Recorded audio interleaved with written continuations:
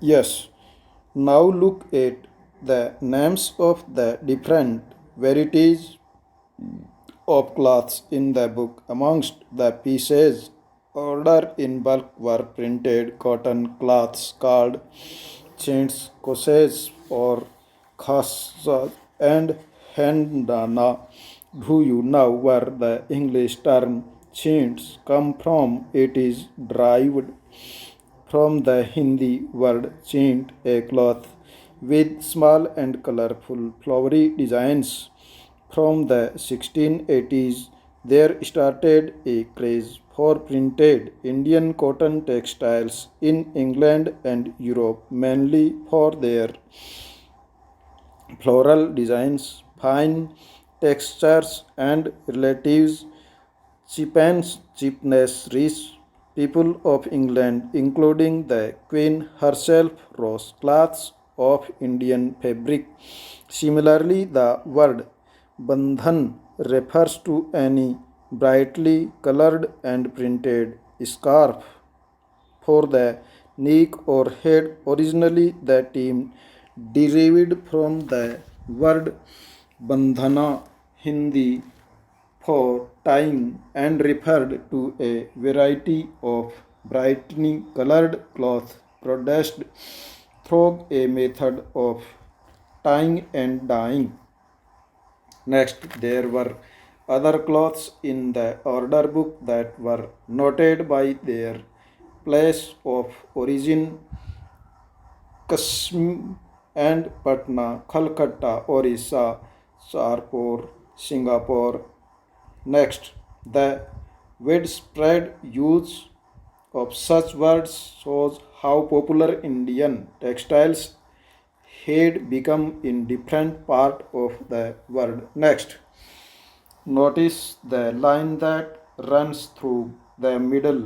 Do you know why in this odhni two tie and dye silk pieces are seamed together with gold thread?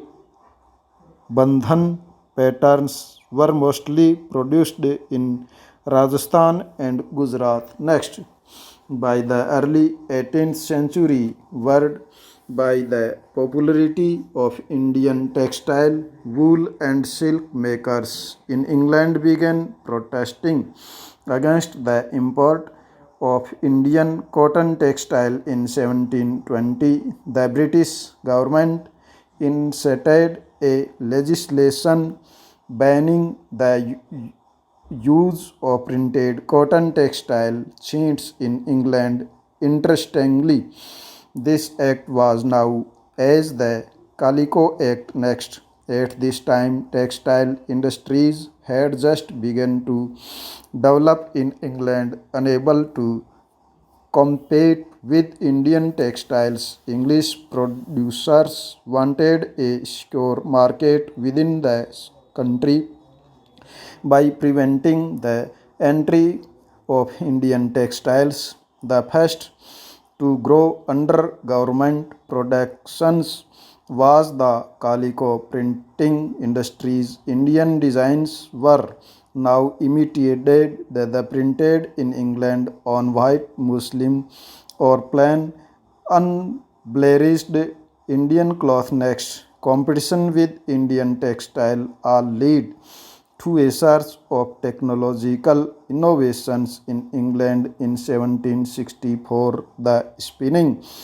jenny was invented by John Kay, which increased the productivity of the traditional spindles. The innovations of the steam engines by Richard in 1786 revolutionized cotton textile. Wing cloth could not now be woven in immense quantities and cheaply too. Next, however, Indian textile continues to dominate world trade till the end of the 18th century. European trading companies, the Dutch, the French, and the English, made enormous profits out of this flourishing trade.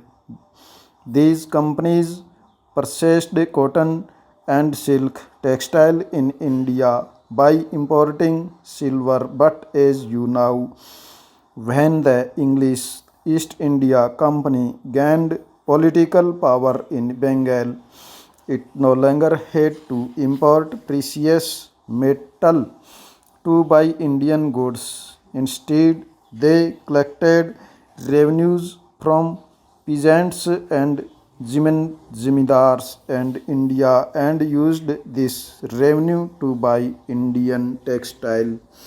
Next, spinning jenny, a mechanic by which a single worker could operate several spindles onto which thread was spun. When the wheel was turned, all the spindles rotated. Next, activities. Why do you think that act was called up Khaliko Act? What does the name tell us about the kind of textile the act wanted to ban? Next, a sea view of the Dutch settlement in Cochin 17th century.